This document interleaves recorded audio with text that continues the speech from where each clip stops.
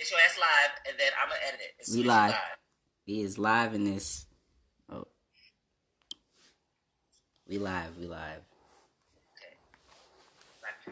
Black Power. Black Power book trappers, can y'all hear me? Black Power, come on to the live. Yes. We've had some technical difficulties this morning, but we are ready to go. So, all my book trappers, go ahead and share. #share when you shared it. Share to your pages, share to your little group. Invite your little friends.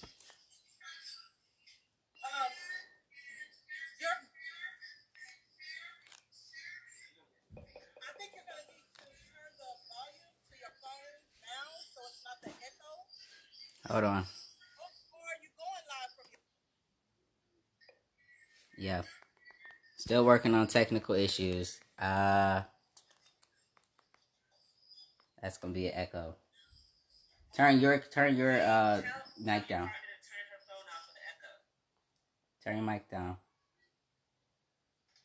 Not on here. On whatever you're listening to. Place the phone in front of you, not to the side of you, comrade. Thank you. There you go. Look directly. You see how better that is? Take it up the whole. Looking, and it looks professional. Look at God. I look crazy. Black Power, comrades. Black Power. Black Power. Welcome to another edition of the Revolutionary Book Trap, brought to you by the Black Hammer Organization, a revolutionary organization for the liberation of all African and colonized people. So, are y'all ready to get into it? We are currently reading The War of the Flea, written by Robert Tabor. Now, introduce yourself. What? I said introduce yourself. Well, Z, you introduce what's going on and introduce why we can't see Kimya. Black Power. So this is Comrade. This is Chief Z, Regional Chief of the Midwest Chapter of Black Hammer. Welcome into our live, our revolutionary book trap. Currently, we have a little bit of technical difficulties, so you can't see Chief Kimya. She is only tuning in via audio, and she will give you a brief overview, an introduction of herself as well, but an overview of the previous chapters, and we're going to jump right into this PE. Black Power. Black Power, my trappers. I'm doing technician work, so I'm behind the scenes. Oh, yeah. I'm here making sure it's the technician work. Black Power. Black Power. And so, on the live, we have Chief Z and Chief Kimya. We will be your new co-hosts for the Revolutionary Book Trap. Can I get a revolutionary Black Power? Black Power. And due to the technical difficulties that we have experienced this morning, Chief Ghazi is on the live to be our technician and make sure that everything runs smoothly from here on out. So let's get into it. #shared when you shared it. Okay, we are reading War of the Flea, the classic study of guerrilla warfare by Robert Tabor. Now, War of the Flea was written and published at a time when revolutionary warfare waged by guerrilla forces representing the poor, oppressed, and other deprived sectors of society was thought possible and attainable. All over the globe, revolutionary guerrillas was thought to be the way to annihilate the rich and the powerful and to bring about true liberation to the people.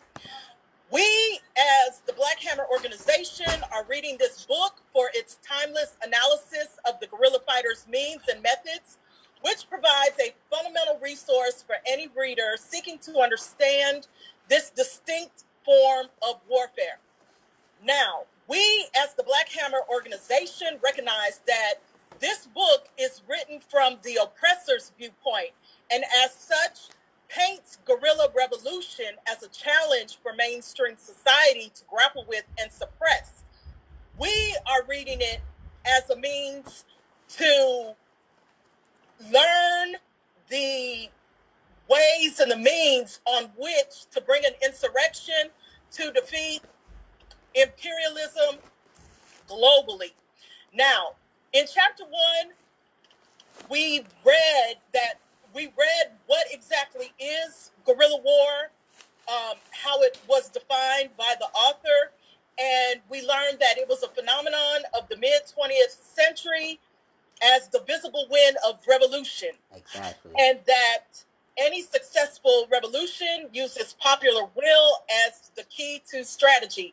Remember, popular will is uniting the masses, the masses of the people to the revolution. Absolutely. Chapter 2 was basically a summation of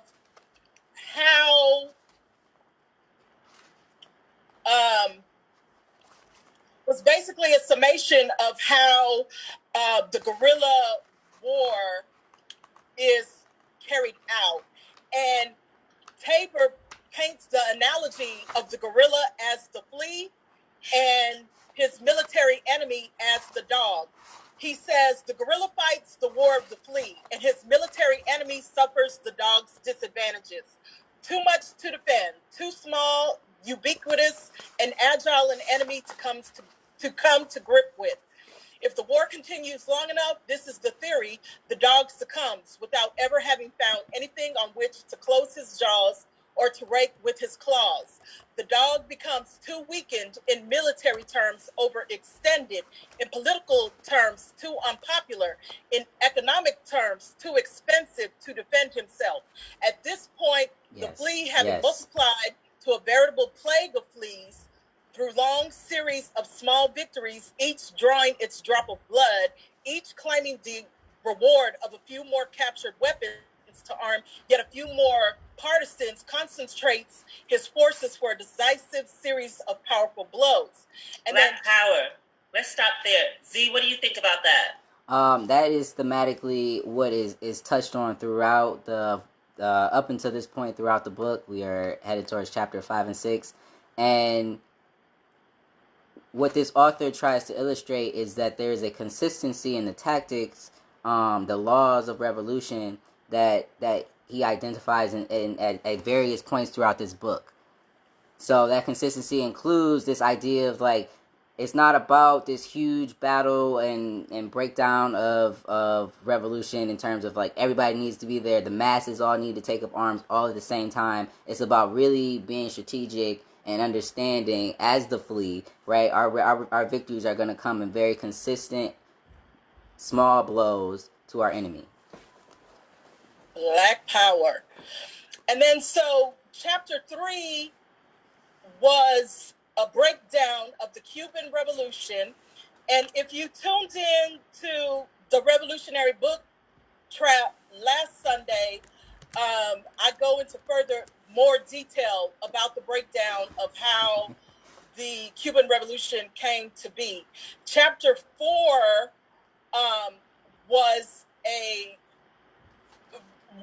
Chapter 4 detailed how protracted wars or wars of long duration are out of necessity for most revolutionary wars, and it gives important lessons from China's revolution and how Mao defined the revolution in 3 phases. The first being strategic defensive, the second phase, a period of equilibrium, and the third phase, revolutionary strategic offensive, in which the guerrillas are capable of confronting and destroying the enemy in open battle. Taking initiative. Go ahead and sound off, Chief Z, on your thoughts on chapters 3 and 4 before we get into this week's chapters of 5 and 6. Black Power. Honestly, Chief Kimya, I'm super ready to just jump right into chapter 5 and 6. I have a handful of questions that's going to guide this conversation and really get us thinking about how this book was written in 1965, but amazingly so, and it really speaks to the dialectical materialism that we operate under as revolutionaries is still very applicable today. It is applicable to all colonized people, and we're going to drive that home today with our questions and conversation. So if you don't mind, Chief Kimya, I'm going to jump right into it. Go ahead, Black Power. Perfect. So the first question I have And this is gonna be we will have opportunity, even if you haven't had the opportunity to read the book yet. Please join in on the conversation, commentary, because like I said, we're gonna bring it back to today. We're gonna bring it back to African and colonized people today, and we're just gonna use this book as reference points to really drive that point home. So the first question I have that we're going to talk about is, how do the laws of Revolutionary War laid out by Mao apply to remaining colonies of the great powers? So this is a question posed by the author, but to make it even more prevalent, as colonized people today, how do these same laws apply to us? And so I want to jump right into the first quote that really begins to answer this question, and we can have a conversation from there, Chief Kimya. So on page 58, we have this quote: "Guerrilla war is the form of fighting by the masses of a weak and badly equipped country against an aggressive army with better equipment and techniques. This is the way of fighting a revolution. Guerrillas rely on heroic spirit to triumph over modern weapons, avoiding the enemy when he is the stronger and attacking him when he is the weaker. Now scattering, now regrouping, now wearing out, now exterminating the enemy.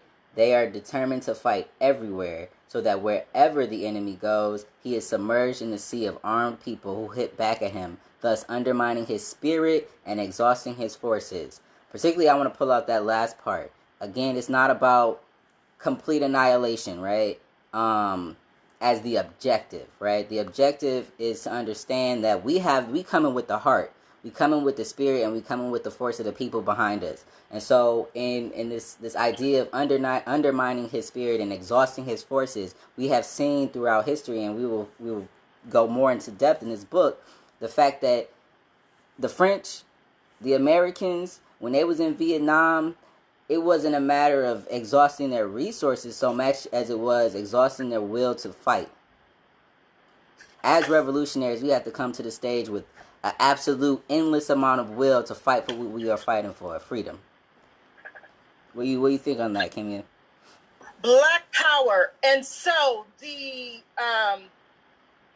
quote that you used about guerrilla war being the form of fighting by the masses, it reflects, and it also concurs with Mao in that when Mao was describing revolution, he stressed time, space, and will. And so time is important for the political mobilization of the people to get the people's will to the revolution, the space in order to do so, and then building the will of the people. So when you look at the imperial forces that invaded Vietnam, in chapter 5, we discussed how the French imperialists came, and then in chapter 6, it's the American imperialists.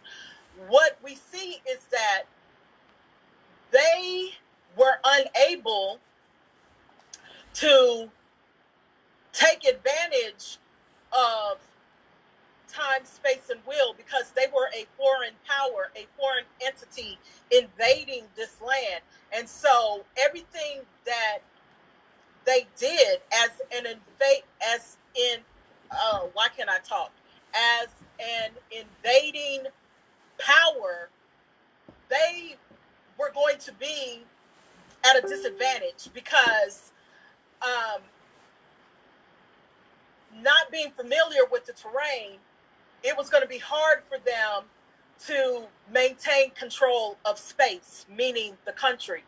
It was going to be hard for them to gain will, the support of the people, because the people were viewing them as an invading force. And Correct. Then so yes, that was spot on your analysis, Chief Z. For sure. And then he goes on to highlight this piece from And I may entirely pronounce a lot of these things wrong in this book, but the point is the content, right? Not to make fun of my pronunciation. But Giup continues to write, who was a fighter in Vietnam, continues to write, the main goal of the fight must be destruction of enemy manpower. Our own manpower should not be exhausted from trying to keep or occupy land. And so I think that goes back to even in the first chapter, he points out this idea that is like thematic throughout the entire book. And I'll read it briefly. It's on page 11. For while the army suffers from embarrassment of wealth and especially of expensive military hardware for which there is no employment, the guerrilla has the freedom of his poverty. And so we see that when he says our objective is not to occupy our land. We have the freedom of movement, fluidity, to move in and out, because we don't have to, we're not on guard, right? And we know, not just then, but now, that America and imperialist Western nations' primary objective is to occupy and to control the land and the resources. So they have to have stations, right? They have to have constant surveillance, constant, upholding of these posts throughout America and also colonized nations across the world. And we, again, our objective should not be exhausted from trying to keep or occupy the land, right? We should, and he's going to go further into that to talk about the strategy that actually puts these colonizers at evident contradictions in their inability to really occupy those lands and also have any level of strength while doing that, right?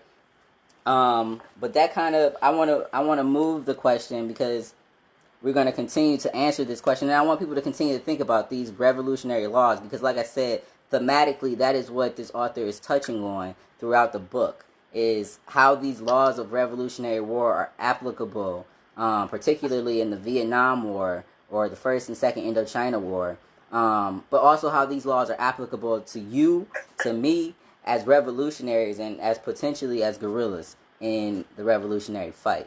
So the next question I have is, what are the methods of preventing new outbreaks short of exterminating entire populations? Now, this is a question that the author posed again, and I think that it is something very critical for us to think about moving forward.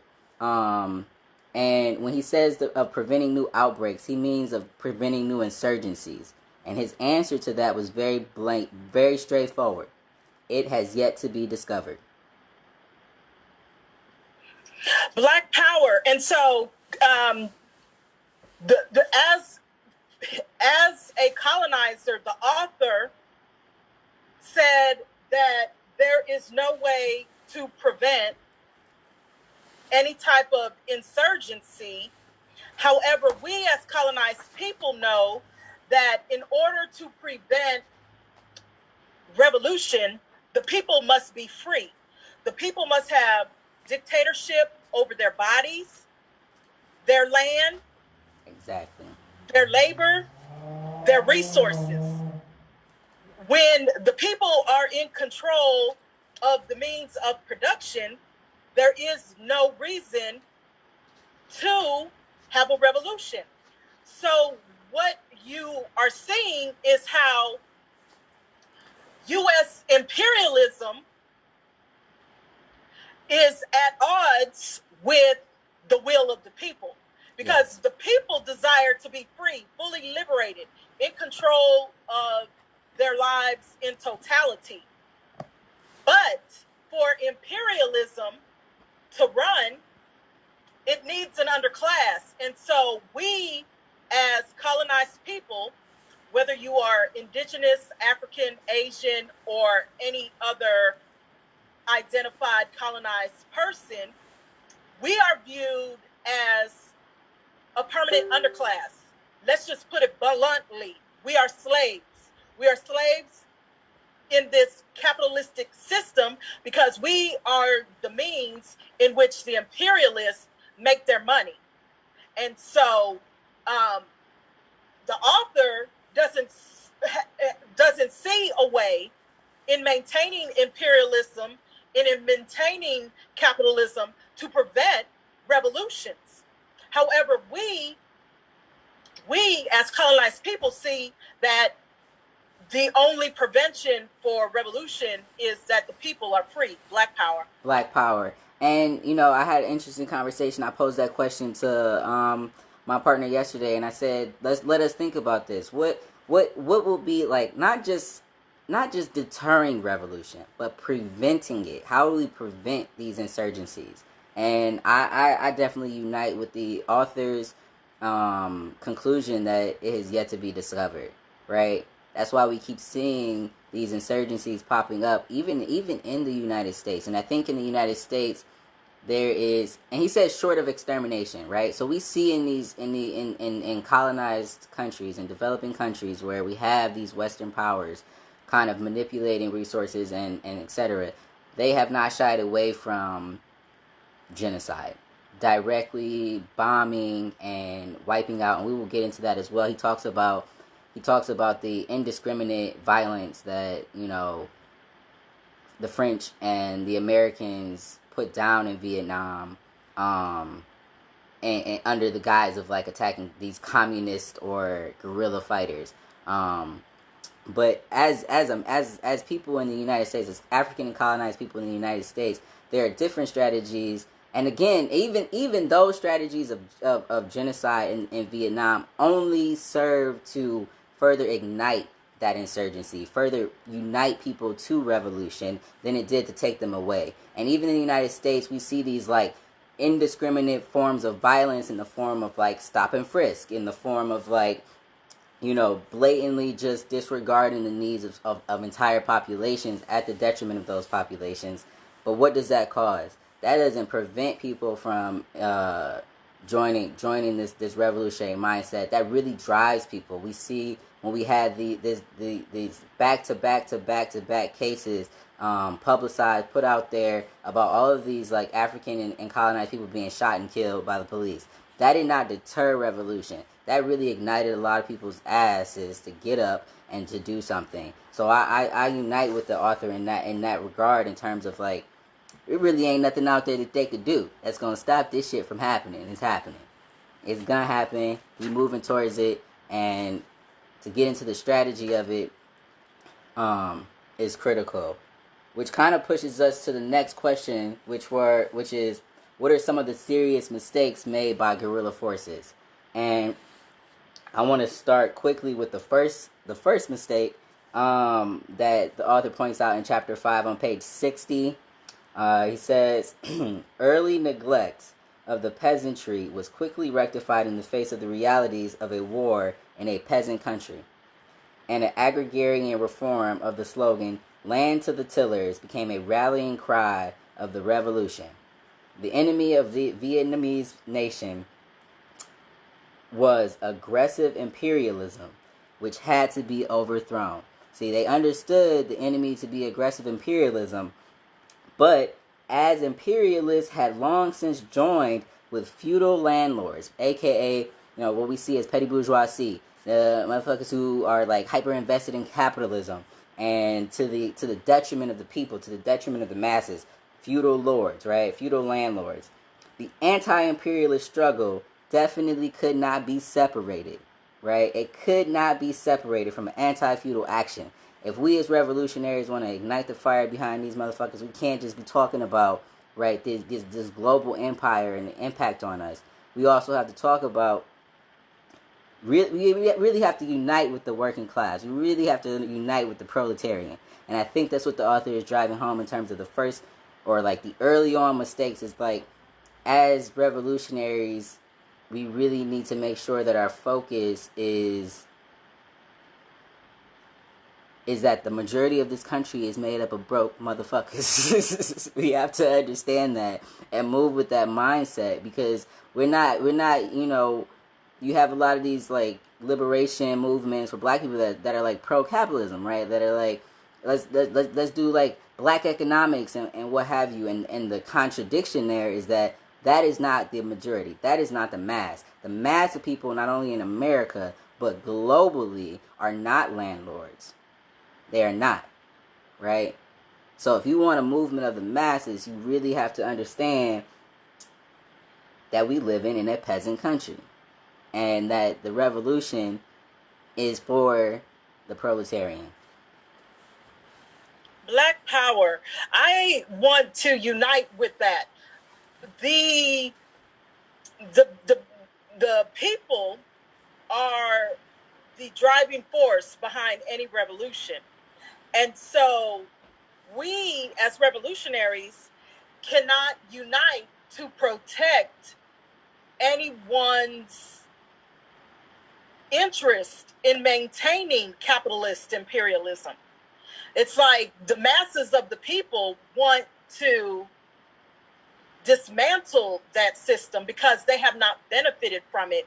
They are struggling beneath the boot on their necks, and they want to be free. And so any successful revolution, we know, has to gain the will of the people. And so you cannot unite with petty bourgeois inklings and leanings in order to gain the people. Exactly. Where all these shares at? I need y'all in the live to be sharing this. I know it's like, I see y'all numbers growing. Hey, y'all need to be, y'all can comment. Y'all can comment with responses to these questions, because like I said, even if you have or have not read the book, like, these questions of tactic and strategy, platform, are questions that are going to always be relevant. So long as we are not free, they're going to be relevant. Regardless of where you at, and I think the author drives this home as well, is like, regardless of where you at, your cause, your specific anything, if you ain't free, you are, and you want your freedom, there's a very, like, material, dialectical, conversation type thing that's going on. It's going to draw us to the same conclusions of these revolutionary laws, basically. So please be in conversation with these questions that we put in forth. And share. Super share. Oh, boom. Also, I want to point out that, like, on page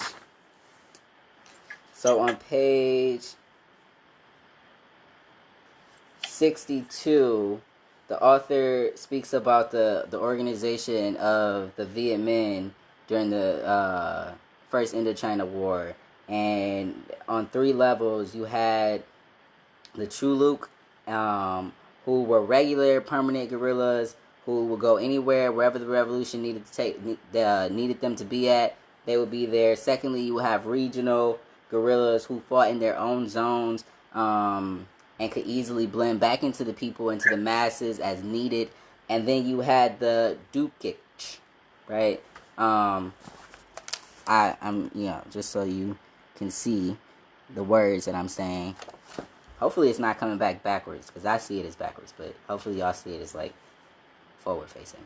Anyways, these 3 levels, and the Dukich was like a good vast majority, right? That was the idea of militating the masses. It's like, not everybody's going to be mobilized across the country, moving in and out, but you can have, right, what I think of as a spook, right? You got your day to day, you know what I'm saying? You kind of sit, you ain't noticed, you ain't out, but when need be, right? These guerrillas by night and peasants by day were carrying out limited assignments such as sabotaging a bridge, ambushing a patrol unit, mining the roads, etc., etc. And so from the professional or career guerrilla all the way down to the guerrilla who is really going throughout the day-to-day, maintaining the necessary things for their day-to-day, but also very much united with the revolution, very much united with taking on the responsibilities of their own freedom. And so it is always going to be a failing if we overlook those people, because that was those little attacks, that was those little attacks that the author is trying to iterate, is that, like, it wasn't one whole big blow. It was all these constant where where the enemy ain't have no idea of where it's coming from and what to do. And the only way that they could really eliminate any insurgency was complete extermination. And not just of guerrillas, but of an entire population, which would defeat the point. Because they wanted these workers, right? They wanted to extract these resources by, not only stealing the resources, but having stealing that labor, right? And stealing and taxing and what have you. But, yeah.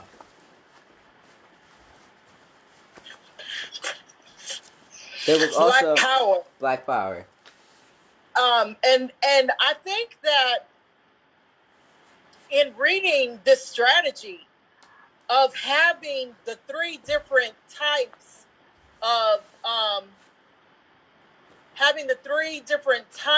of armed forces, I think that worked to the advantage of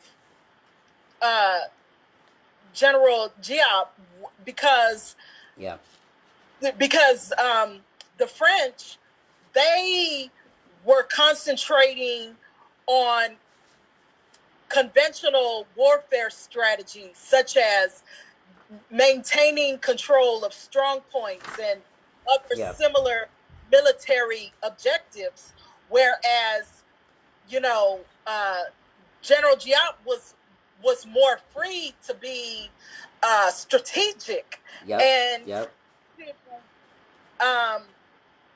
to gain the will of the people and therefore expose the weaknesses of the French, because the French, they didn't have enough troops on the ground in order to protect their strongholds and then also fight the guerrillas. Facts. And so that was very evident as you read this chapter. You see that in the French trying to fight in a traditional conventional war, they were greatly disadvantaged. They were greatly out strategized. Also, Facts. Black Power. And you see, and so I can't find it right now, but in chapter 5 they break it down. It says these are the number of French troops, this is the square mileage that they had to cover, and it boiled down to, for every guerrilla they would need damn near 100 troops to really eliminate that insurgency, right? They wanted to do this strategy of kind of like gridding up the territory and kind of weaving, tactically moving through it, clearing out, grid by grid, all of these guerrillas. But the fact is that not only did they not have enough troops for that, but they couldn't maintain that territory and pursue that kind of strategy, right? So once they cleared an area, quote unquote,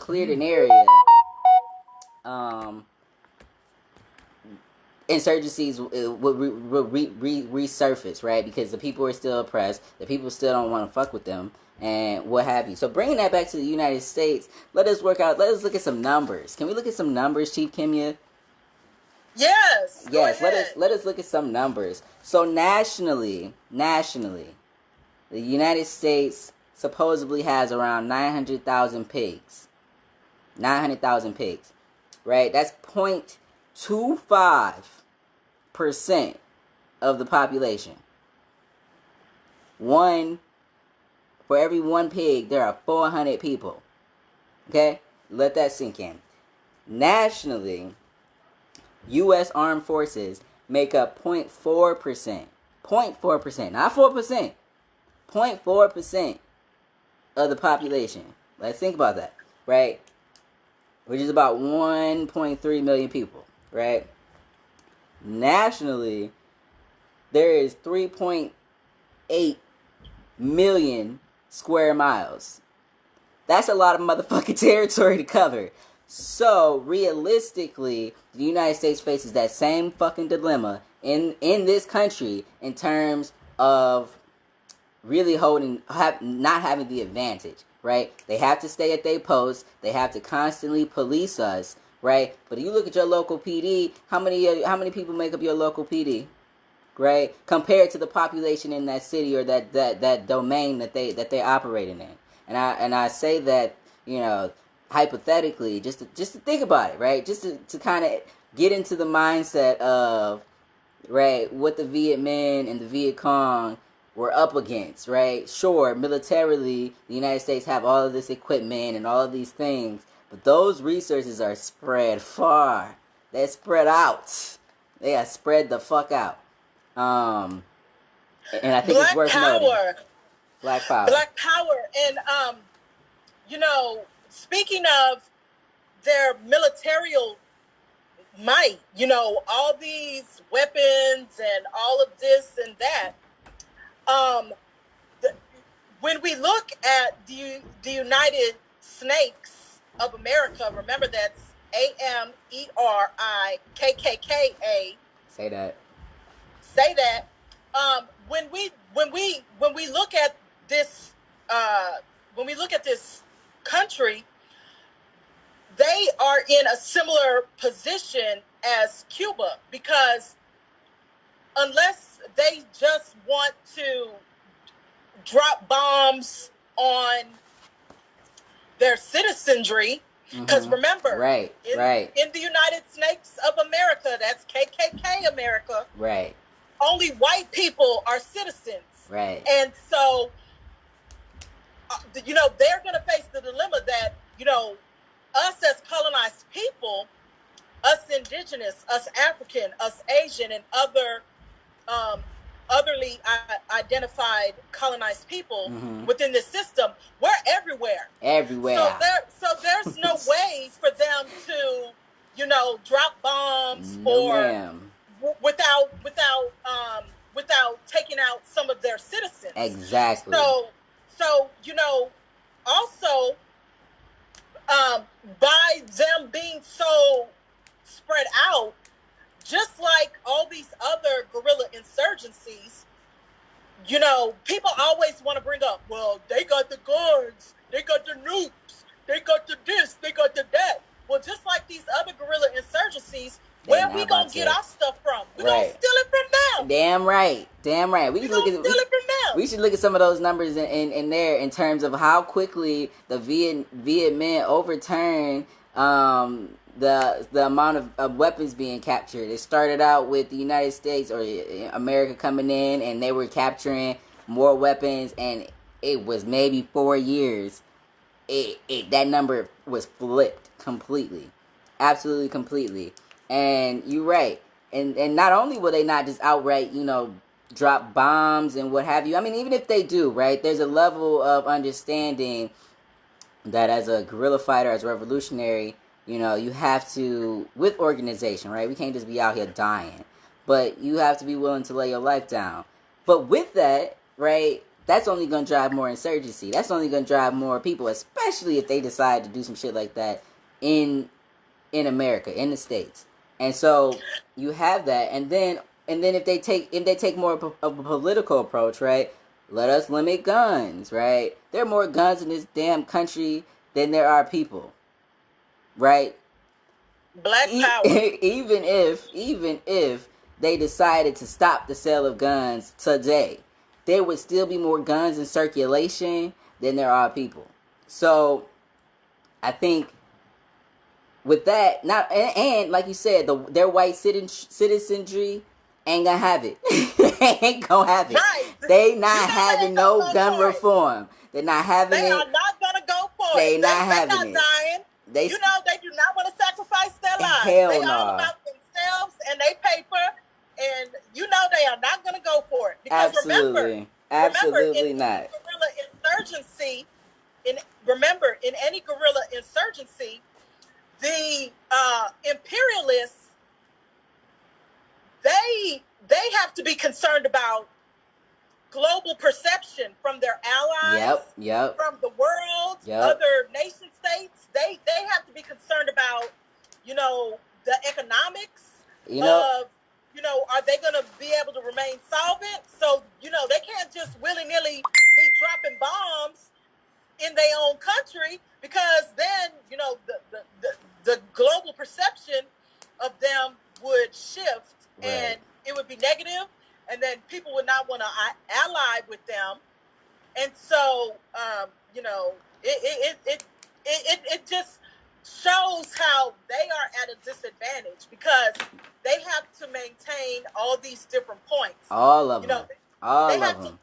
they have to look at it from not only a military standpoint, but they have to look at it from a political standpoint, Yes. an economic standpoint, and a sociological standpoint. Absolutely. And you know, their citizens, aka the melanin redacted, are not going to go for being sacrificed for U.S. imperialism. Hell no. To shut down any type of insurgency. Nope. Black power. Black power. And so that jumps us right into chapter 6, when America was like, oh, the French can't get they colony in check. We gonna step in and we gonna get them in check. We gonna handle this. We don't have no problem handling this. They came in with the cockiness that Americans tend to continue to put forth, even though, you know, President Doofus is evidence that it don't matter how cocky you are. It don't matter how cocky you are. You are clearly incompetent. They were incompetent then. They are incompetent now. And let us shine lights, all the lights on all the contradictions, because God damn it, they're evident. They are showing themselves. And so when America got involved in the Vietnam War, they tried to do it in a proxy way by just sending over resources. The French fucked up. They couldn't handle it. They was like, yep, we give up. This ain't right. This ain't working out. We can't handle it. We just got fucked up, and we running out, and this is too much. And then obviously they had political pressure from France, like, hey, we ain't trying to send our people out there to get killed, because they dying. It was over 170,000 deaths, injuries, and missing individuals from the French army alone. So the United States gets involved, and, you know, right, let me see. Let me go to page 79, right at the start of, or at the beginning of chapter 6. It says, here we are. Let us read together. In order to consider the conflict in Vietnam with any degree of clarity, it is necessary for Americans, that's y'all motherfuckers, to digest some unpalatable facts. Unpalatable because we are accustomed to thinking of ourselves as Democrats, as anti-colonialists, as libertarians, not as imperialists, certainly not as aggressors. The painful fact is that from the Vietnamese point of view, the Second Indochina War is a direct continuation of the first. Politically, it continues to be a struggle for territorial independence and freedom from foreign or at any rate, Western domination. Socially, it continues to be a socialist, i.e., Marxist revolution aimed at destroying an economic system that is compatible with our own, and replacing it with one that as it happens is not.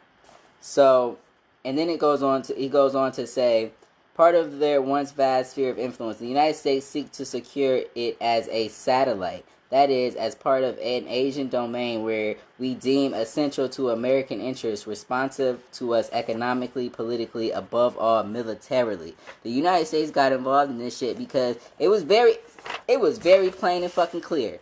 These motherfuckers have a political agenda. They are very outright but subversive, right? They're not gonna say, we're gonna go up into Vietnam, we're gonna bomb all these motherfuckers so we can take their money and fucking, you know, set up military bases. Nah, it's gonna be political. They're gonna be PC about it, right?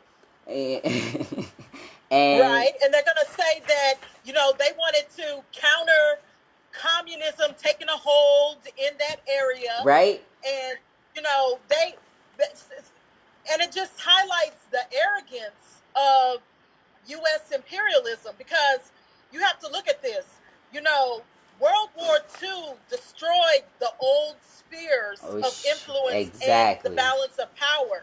And so now, you know, a realignment in the balance of power is occurring, and the U.S. wanted to make sure that they got their own foothold. They wanted to be make sure that Vietnam and the surrounding countries would be beneficial to U.S. imperialist interests. Right? Not just U.S. imperialist interests. When they saw that the Western powers, right? So that's where we see that, like, colonizers, right? Those people who lacking in that melanin, right? Though when that union, when all of y'all motherfuckers is dropping the ball, the United States not only had a financial footing to do it coming out of World War II, but also had the military power to do it as well, right? And so they're like, shit, if y'all can't take it, god damn it, we will, because we refuse to have we refuse to compete with the development of Asia. We refuse to compete with the development of anybody within that sphere. So we need to make sure that we got control over that before China steps up or before Russia steps up. And so, right, when the U.S. came in, that's when we started seeing the branding of these communist guerrillas rather than, just like generally anti-colonial rhetoric, right? Like before it was a French colony, right? And the French were trying to maintain that colony. So it wasn't like a propaganda-centered conversation around communism or anti-communism. But when the United States come in, they needed a fucking reason. This wasn't even y'all's to start with, so why y'all fucking here? Why? Oh, because we have to stop the development of communism internationally, or whatever.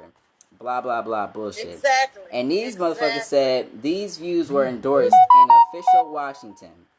As Secretary of Defense Robert S. McNamara, I don't know that fucking name, said in a policy statement, the survival of an independent, U.S.-oriented government in South Vietnam is so important to the security of Southeast Asia and to the free world, and I can conceive of no alternative other than to take all measures within our capability to prevent a communist victory. At no point in that sentence or that thought did he indicate any reason why the United States needed to be in Asia, needed to be protected.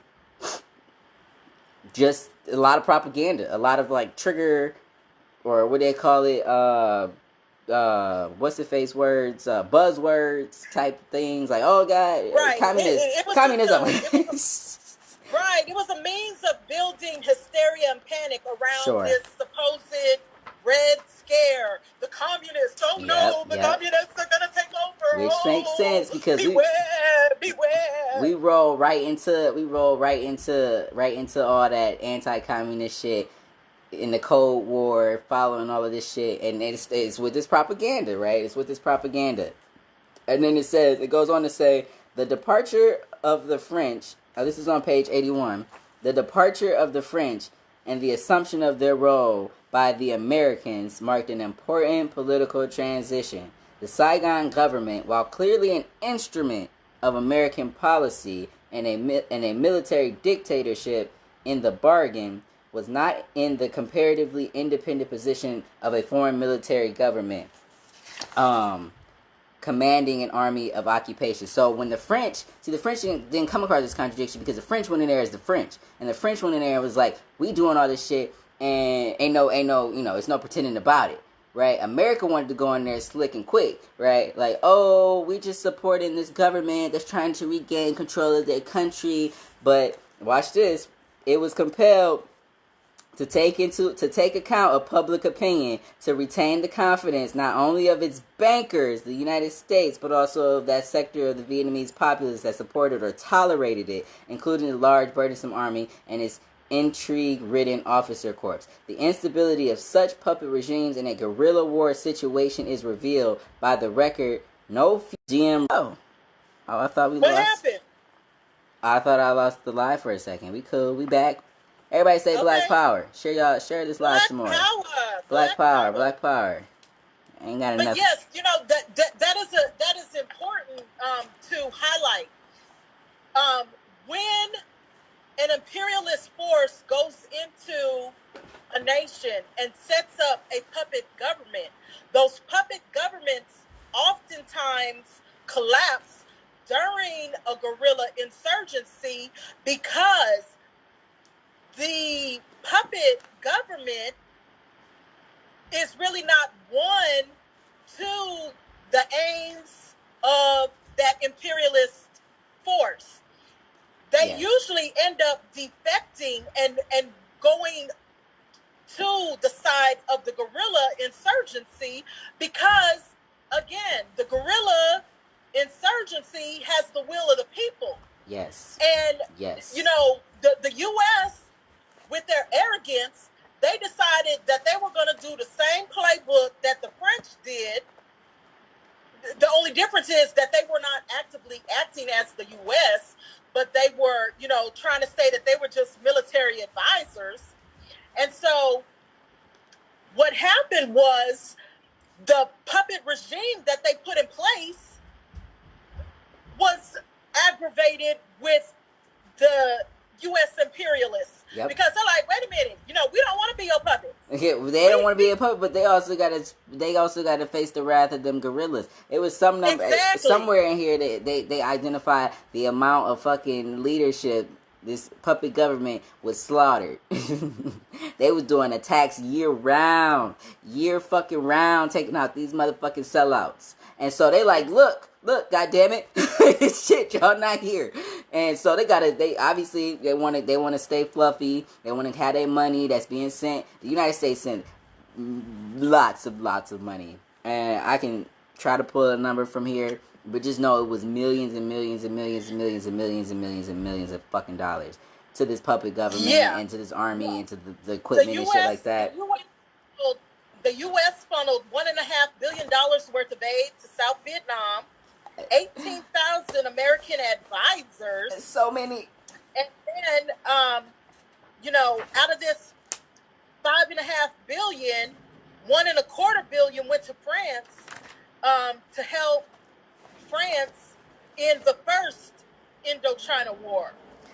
And so then once the U.S. got involved, they were spending $1.5 million per day, and then at the height, we're spending $2 million a day just to aid Vietnam, not covering the cost of the U.S. military forces.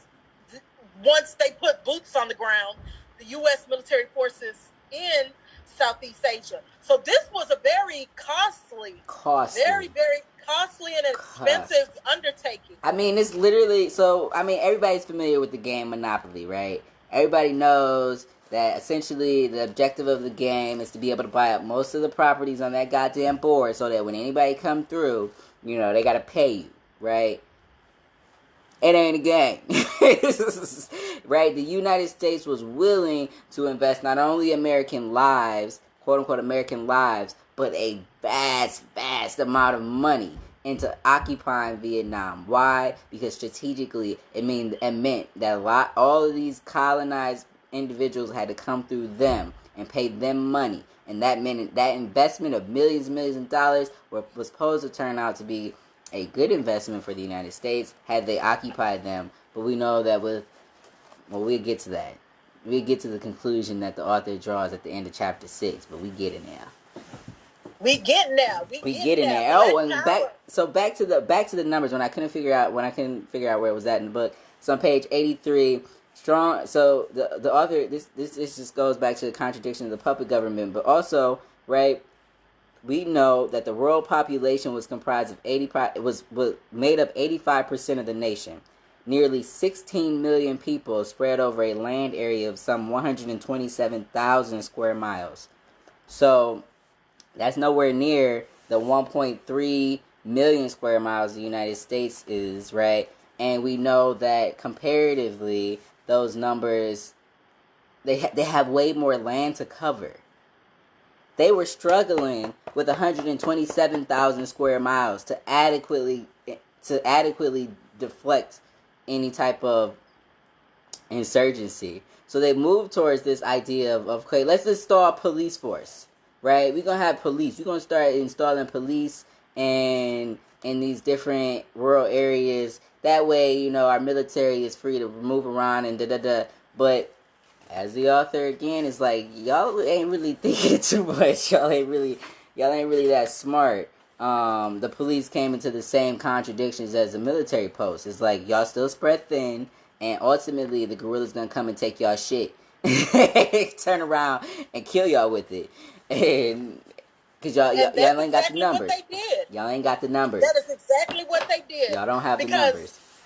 Because with being the invading force, remember when it comes to these revolutionary laws of revolution, the invading military force, one of its foremost aims is to take control of the land. Yes. So they have to expend resources. Yes. To maintain their stronghold. Oh, where is it at? To maintain, their control of the roads and the bridges and all of that. They because to give any of that away is to essentially lose the point of what the war was about, because they need to gain control of the land.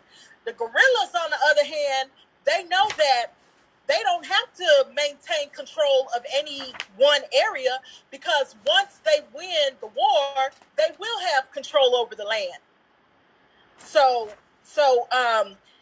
it just goes to show how spread out and how insufficient the numbers of the imperialist forces were, because they didn't have the numbers to keep a hold of all these territories that they claimed. They did. And go on patrols and fight the guerrillas. Nope. And they didn't have enough people for all that. So with that being said, it's like, okay, so why is that possible in the United States? It's possible in the United States because the masses, right? We have the objective as revolutionaries to win over the minds of the masses. Why? Because in the United States, obviously, if we wanted to, hypothetically, we have the power to do that, right? The power, when we say power to the people, we have that fucking power, right? The problem is this idea of hegemony, right? And I want, all the viewers to look this up. Super simple. It's this like subconscious consent, right?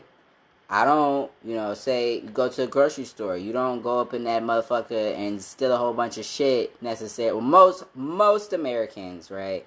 Most people don't go and break the law. Not because they're under imminent threat, but because there is a, training. There's a indoctrination from birth to consent to these laws that have been put in place by these imperialist powers, right? Even in America.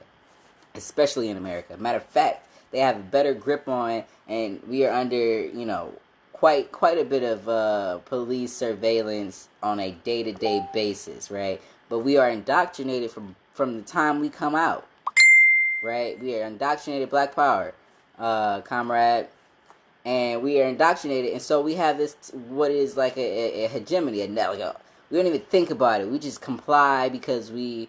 when you go into the doctor's office, you just believe the doctor because he got this white coat on, and somehow having a white coat on means, oh shit, you're trustworthy. You're trustworthy. I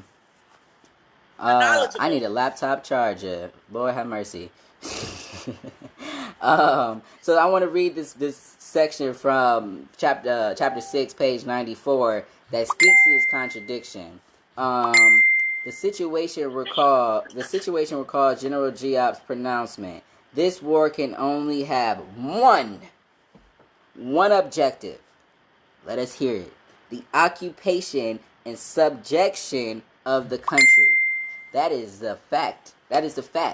These motherfucking bourgeoisie, only thing they want to do is control our resources, because they can control us if they control our resources, right? If we have to go through them to get the food, we born into this world and we ain't got not a piece of land that we can go on that we can just live there just because everything is owned by these imperialists. So their one objective is the occupation and subjection of the country. The nature and the very aim of the campaign he is conducting oblige the enemy to split up his forces so as to be able to occupy the invaded territory. If we can't apply that to the police force today, then we are missing the point. We're missing the point. During the war against the French, the enemy was thus faced with a contradiction. It was impossible for him to occupy the invaded territory without dividing his forces. By their dispersal, he created difficulties for himself. His scattered units thus became easy prey for our troops, and mobile forces dwindled more and more. So that contradiction is what he is driving home, right?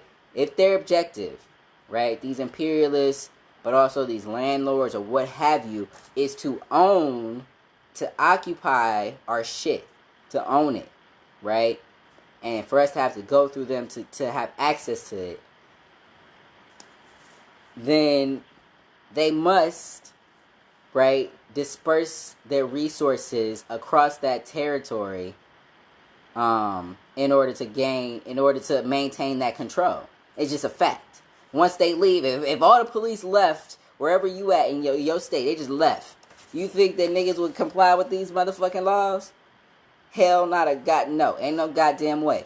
And I mean, some of y'all motherfuckers would, but guys, for young.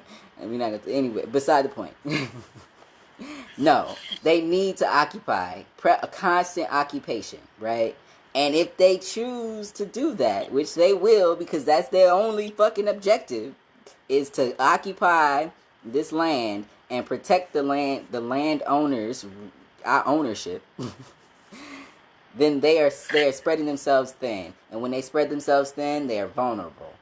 That's why we come together with unity, because that is their weakest point. They can't achieve their objective, and if they choose to give up that objective, then we have won as well. Am I right? Black power. Black power.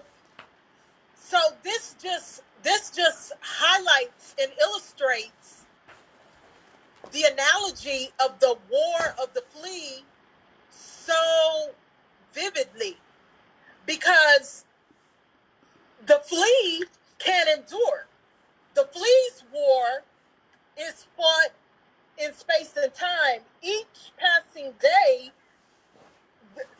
raises the third factor of a protracted revolutionary war, and it allows the will of the people to heighten, and it allows the people, being united to the revolution, it gives them the ability to continue to resist. And I'm about to move. I'm about to be right back. I gotta go grab a laptop. So with the War of the Flea, remember, with the War of the Flea, the guerrilla insurgents are the fleas, and then the military might is the dog. And so, because the military power has to maintain control of territory, of key strongholds, they're spread thin. So that allows the fleas to continue to, strike strategically and weaken the dog. So the fleas are just consistently attacking. The dog cannot, use its mouth and claws to get at the fleas, because the flea is so small and able to hop around and move around. And hop off if it needs to, right? Exactly, it can hop the fuck off if it needs to, if it come down to it. Hop off if it needs to, and then regroup. But continuing that analogy, what also happens when the flea has a host, it is able to reproduce exponentially. So what happens is, in a climate of revolution, winning the people to the revolution, that's how the flea is reproducing. And then the more fleas you got, the more is attacking the dog, the more quickly the dog is taken down. And so any of the strategies that these imperialists employ to kind of deter the proliferation of the flea tends to backfire, right? They have to be they are very fucking limited in what they can do, right? Because, like I said, when you start enacting this overt oppressive form, which is essentially what we came out of, right? We came out of these like overt oppressive regimes, and we kind of came into the subversive oppressive regimes where most people comply not because they're under immediate threat necessarily, but because it's an indoctrination process, right? Which it goes right back to the point of the main aim of any revolutionary is to win the mind of the people. Not only for the protection of the guerrillas, right? But also because that's who the motherfucking gorillas is. We ain't gonna have no motherfucking masses. We ain't gonna have no type of ability to really enact any of these strategies put forth in War of the Flea if we don't have the unity of the masses. If we don't have the unity, we don't have the minds, right? And so Black power. That the key to any successful revolution is political mobilization, winning the people to the revolution. The people are the energy and the the source of how successful any revolution will be. Absolutely. It's like the people have to join, and if the people do not unite, then a revolution cannot succeed. And so I want to go to page 92 and 93, where I want to pose the question: what is the role of political propaganda for the imperialists, and what is the role of political propaganda for the guerrilla? I put forth that, not only in the War of the Flea, but from my own conclusion and analysis, that the role of propaganda for the imperialists is about lying and persuading, their imperialist nations to support that lie, to right, and to put out that lie. Their propaganda is all about hiding the truth. I mean, even when the United States was at war with Vietnam, they were lying about the numbers of death. They were lying about where the goddamn where the guns came from. Where these gorillas getting? They lie about that shit today. When we look at ISIS and what have you, in terms of how to get armed with all this shit, and you follow back, you see that they got their shit from the KKK, America, right? And call me what you want, but there is an intention, there is a necessity for these imperialists to lie. Whereas for the guerrilla, our propaganda is all about unveiling the truth. It is not in our interest to lie. It is not in the interest of, because the truth, and I don't want to sound cliche, so I'll set you free. Black power. Yes. The imperialists' aim with their propaganda is to paint this untrue picture that they are good and they are right, and that what has the U.S. imperialist propaganda up to this point been? That not we, but they are. They are, they're superpower. They're undefeatable. They haven't lost a war. The strongest nation in the world. Yeah, they are the protector of the globe. They protect, against all these, threats of terrorism, right. and the threat of communism, and that has been their line of propaganda. Essentially, from Vietnam forward, they have to maintain Even this. World War They have to maintain this lie that whatever their aims and goals are what's right and what's good and what's best for, you know, these dumb little black and brown people all over the globe that need to be rescued by U.S. imperialism in order to, you know, come into the vast new worlds of democracy and be free of, you know, whatever communist dictatorship is, you know, crushing them, when in fact it is U.S. imperialism that is, you know, crippling all these supposed third world countries from, you know, being able to flourish and thrive, because all of the resources in these nations are being stolen by all these European imperialists. For sure. And you know, one piece of evidence that speaks to that is the fact that they don't teach about this economic system. In all of your high school, all the way through high school, you ain't gonna learn shit about you'll learn about historically how capitalism came about, right? Democracy and da-da-da. You'll learn, like, oh, what communists did. But really, though, they could easily take the high school American history opportunity to sit down and be like, here, let us lay down side by side what is capitalism, what is communism, and let us compare these economic models. But they don't. They don't. They do not teach that shit to you, and it is a striking fucking piece of evidence that speaks to the fact that they are hiding the very foundation of this economy. They don't want you to fucking know what capitalism is. The fact that you can talk to most Americans and be like, yeah, capitalism, and not have a concise, clear understanding. Most people don't have a concise, clear understanding of what the hell that is. They don't even know what the fuck American dollar is. You don't even know what the fuck your American dollar is.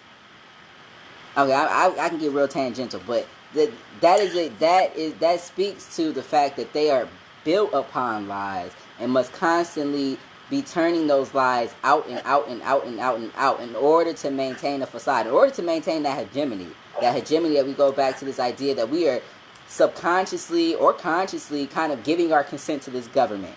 Giving our consent to this government to rule.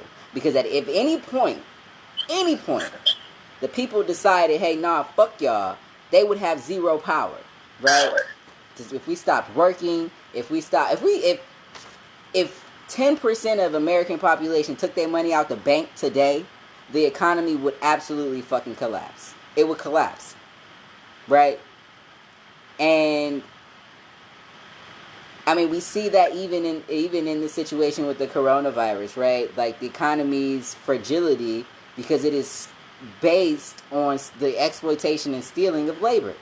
It's based on the exploitation and stealing of resources. So when you gotta have motherfuckers shut down businesses, so people be like, oh, but that's normal, da-da-da. It's not. When the government's whole objective should be to serve the people. A government that serves, it should be to serve the people. It should be to be able to put forth, you know, going from natural resources to resources that are usable and consumable by the people. That is an economy. And the politics is taking, you know, a governing body to dictate how that is going to be handed down, how that is going to work, how is that going to flow, who's going to be in charge of what, right? And so when we look at the United States and we look at capitalism and its politic, right, electoral politic or what have you, they're both fucking failing. They're failing. They have been failing, but the contradictions, rather, are extremely pronounced right now because our economy is not built upon necessary work. I mean, most of the shit that we get in this country is imported from somewhere else. We are not building a workforce that is allowing us to be sustainable. Not, you know what I'm saying?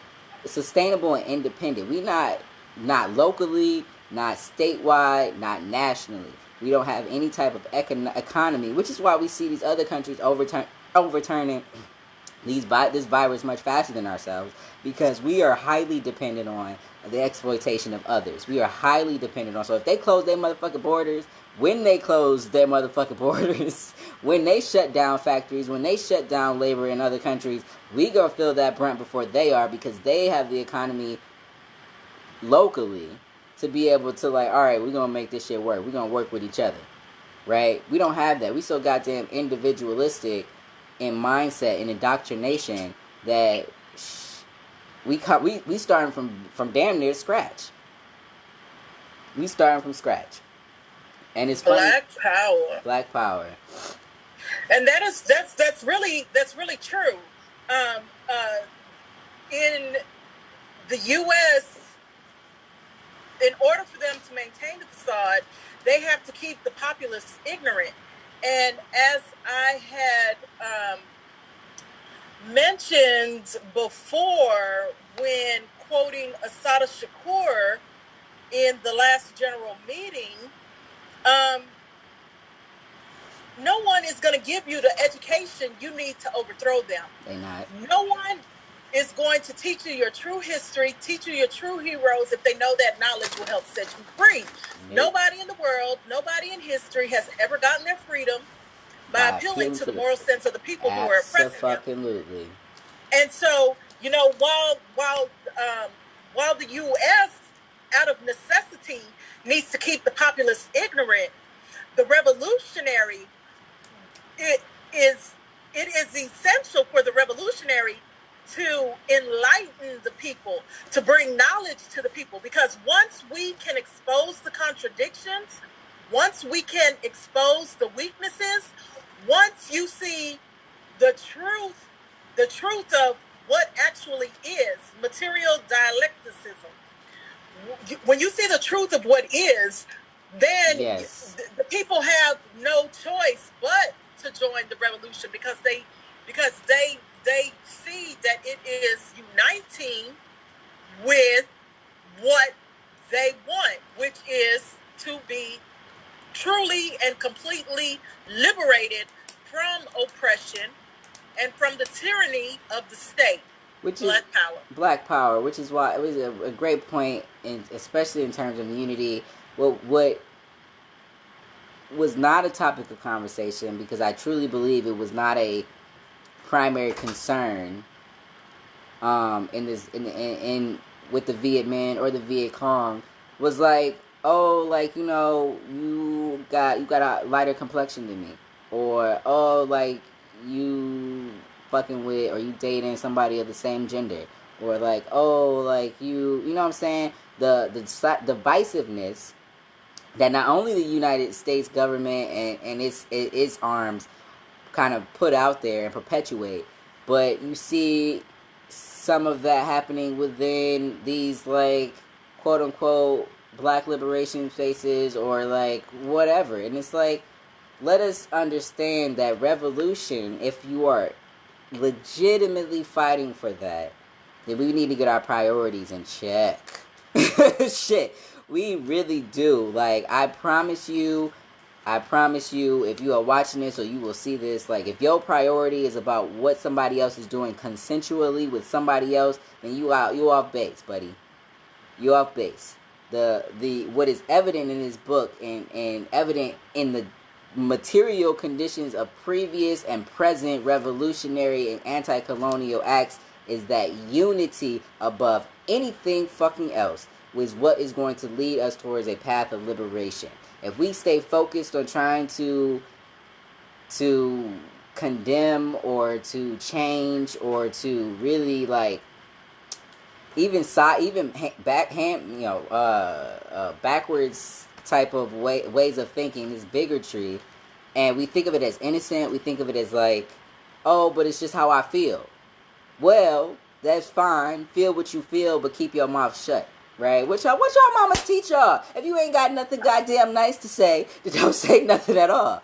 Right? And let's get it back to the basics. Right? If it ain't contributing to the revolution, then it is irrelevant. I don't care if you think biblically that this should be this way and that should be that way. If it ain't contributing to unity, if it's not contributing to all colonized people coming together to overthrow, right, these colonizers, to expel these colonizers to reclaim our land, to reclaim our freedom, then we have fallen off. And I think that within the conversation that Robert brings, just so y'all know, that Robert brings to the table by highlighting the war in Vietnam, it is evident that throughout that there has to be a unity.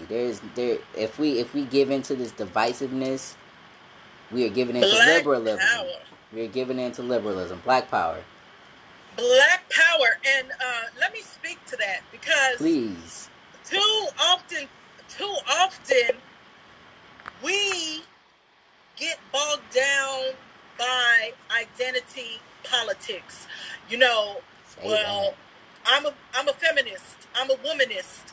I'm a queer person. I'm a trans person. I'm a this. I'm a that. And we get, while we as the Black Hammer organization want to affirm all these identities, those cannot supersede the goal, which is for all of us uniting and getting liberation. And too often what happens in different revolutionary spaces is that you have oppressed people who want to become the oppressor. They want to dictate who and what a revolutionary is, who and what a revolutionary looks like. What they want to impose all these limitations, and they want to say, oh, this is how it has to be, because they don't want true liberation. No. What they want to do is they want to defeat the current oppressor and then take the place of that oppressor. Yep. Just the other day on the Black Hammer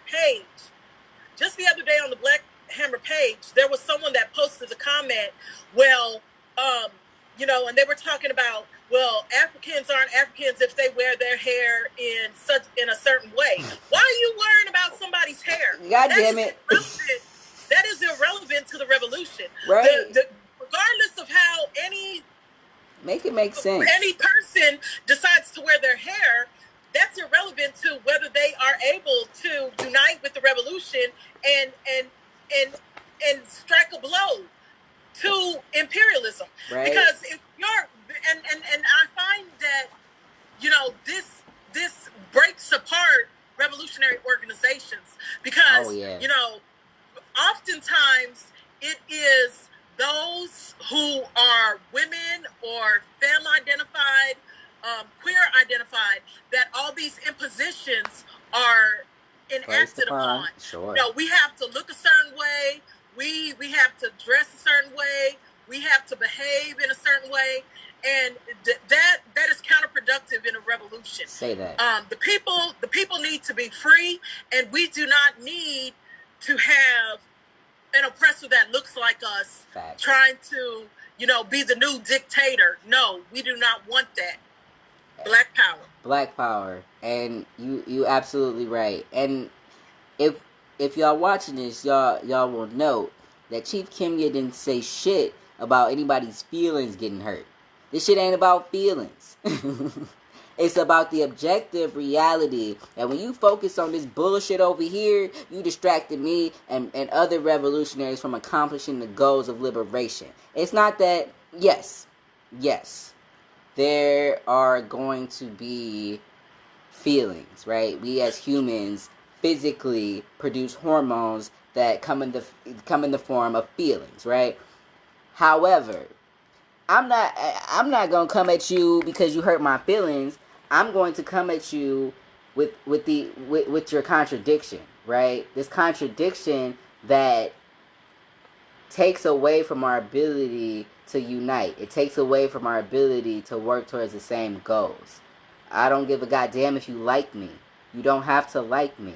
You don't have to like any of these motherfuckers. But at the end of the day, we are out here trying to get free. And when we get free and you want to stay over there, by all means, do what you got to do, homie. But at the end of the day, if we are all fighting with integrity, now I ain't talking about this bullshit, be out here being free, be out here wanting liberation, but with integrity, towards liberation, then anybody who calls himself pro-black, anybody who calls himself pro-liberation, anybody who calls himself anti-capitalist, anybody who calls himself anti-colonial, anybody who calls himself anti-imperialist, really need to take a deep, deep look at what your priorities are. And if it is not the unity and the liberation of all African and colonized people, not only will you fail in your objective of liberation for yourself, you will fail in you will contribute, right? You will contribute to what the oppressors have already put forth, right? You will contribute to my oppression, right? You ain't Black power. Black power. And speaking to unity, don't get it twisted. Unity does not mean that we all believe the exact same thing and we all is like some kind of hive mind and we all, brainwashed into believing. Unity just means that we are united together behind a principle. And what is that principle? The principle is the liberation of all colonized people globally. Take us to church. That is what we are united on. So if you want to still be a Christian, if you still want to be a Muslim, if you want to be an atheist, if you want to be an African spiritualist, if you want to be, whatever it is that you believe, whatever it is that you want to, however you want to conduct your individuality, right? That should not be a concern to the revolution unless it impedes the revolution. Exactly. So, unity, I need y'all to get this. Unity does not mean that we all is, cookie cutter brained and we all believe in the exact same things and, we all are indoctrinated into this, same head. All it means is that we are united on the principle that all colonized people deserve liberation and they deserve to have full dictatorship over their land, their bodies, and their resources. Period. And so, that wraps up that question in terms of how do the United States hold on to that political power as opposed to how do we as African and colonized people hold on to our political power. These imperialists hold on to their political power through fear and force. We must counteract that by holding on to our power with unity and integrity, right? And so how does Robert Tabor in chapter 6, he wraps it up, and it is quite tight. I mean, it is like period all the way through. Let us follow this quote. The record stands. No colonial war has yet been lost by a colonial people once entered into. Black power. And so, that's facts on facts. Facts on facts. And so when we talking about unity, it is the understanding that, we in this shit together, but we ain't even got in this motherfucking shit yet. Shit. We can't get into it until we get some unity, until we understand that, one, we are colonized, we are African and colonized people in the United States, outside of the United States, we still colonized. I don't give a goddamn if you got a puppet government, you got this obvious overt coup, or you living in the United States and you thinking you free. If you are African, you are colonized. If you got any melanin, you are colonized. If you are descended from any of these colonial spaces, you are colonized. That has not changed. You cannot pinpoint one fucking spot in history where that reality has been overturned. We are still colonized, right? And so again, once we recognize that and we begin to understand that we are at war, we can enter into that war with the understanding that no colonial war has yet been lost by colonial people once entered into. Black power. Black power. And so now the question is, so what is the revolution? What is the revolution now? Because we, as Black Hammer organization, we are asking you to unite with us in revolution. So what does that look like in the here and now? Yes. What that looks like is increasing your political education. Yep. It is politically mobilizing your communities. Yep. So what that looks like is that you are tuning into the Revolutionary Book Trap and inviting your family and friends to watch with you. So that way you can have a discussion on what is put forth and how you can, spread that knowledge throughout the community. It is tuning into propaganda and really taking a critical thinking view of the propaganda that we are fed through movies, television, music, etc. Yep. And, watching that with your family and friends, and again, having a discussion on what's covered and spreading that knowledge to your community. It is becoming a member of Black Hammer or another revolutionary organization that, whichever one you feel best suits your needs, and building the groundwork and the framework for the revolution to come. Black Power. Black Power. And I think it's important to realize that, in War of the Flea, Robert really highlights the fact that there were levels to this shit, right? Not everybody was on the ground every day, life and soul, dedicated to the revolution in physicality. Mentally, absolutely, right? The guerrillas were mentally giving themselves to that. But also, in today, what does that look like? That means that if you have talents, you have abilities, you have, and I know you do, right? This government, this regime, they try to really, squeeze it out of us, make us very much like cookie cutter. But we all come into this world with our own souls. We all come into this world with our own spirits.